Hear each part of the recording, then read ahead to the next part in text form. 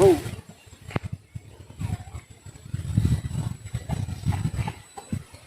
Okay guys, tapos na tayong maglinya.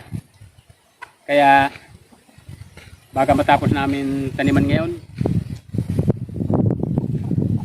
Mamaya kasi mga alas 5 uwi pa kami. Kaya hanggang sa susunod guys, maraming salamat sa inyong panonood. Please like and subscribe.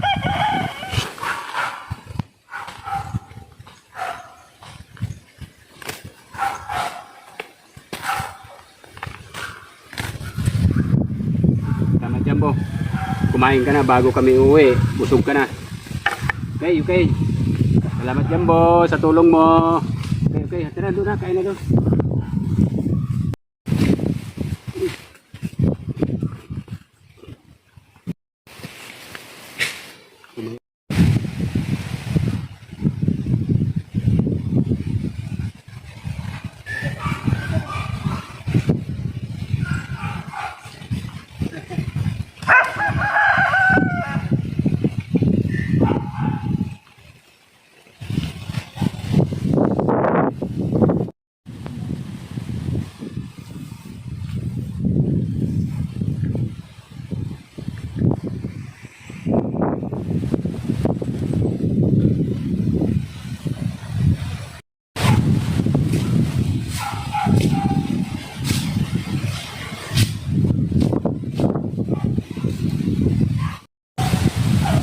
Guys, tinanim ko tong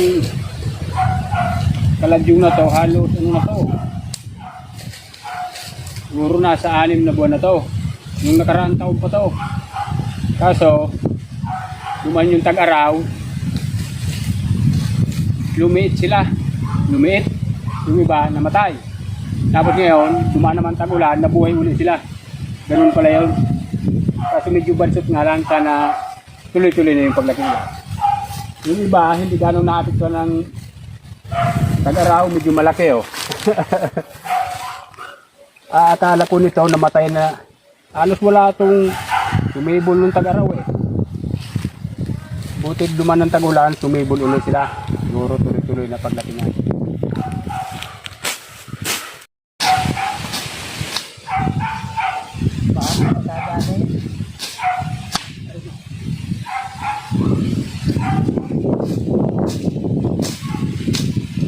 Natabas ko lang yung mga damo kasi malapit na naman ang tag-araw. 29 yun, February 29. Bukas, unang araw ng March, sisimula na ang tag-araw. Kaya tinatabasan ko lang to para hindi sila ganong ma-expose sa araw. Para may protekta yung puno nila. Hindi ko ganong linis.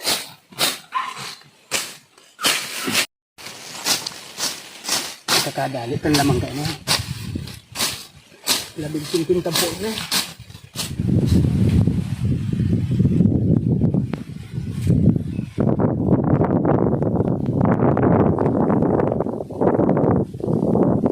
Sige guys, tutuloy natin yung pagtanim ng mani. Baka sakaling matapos.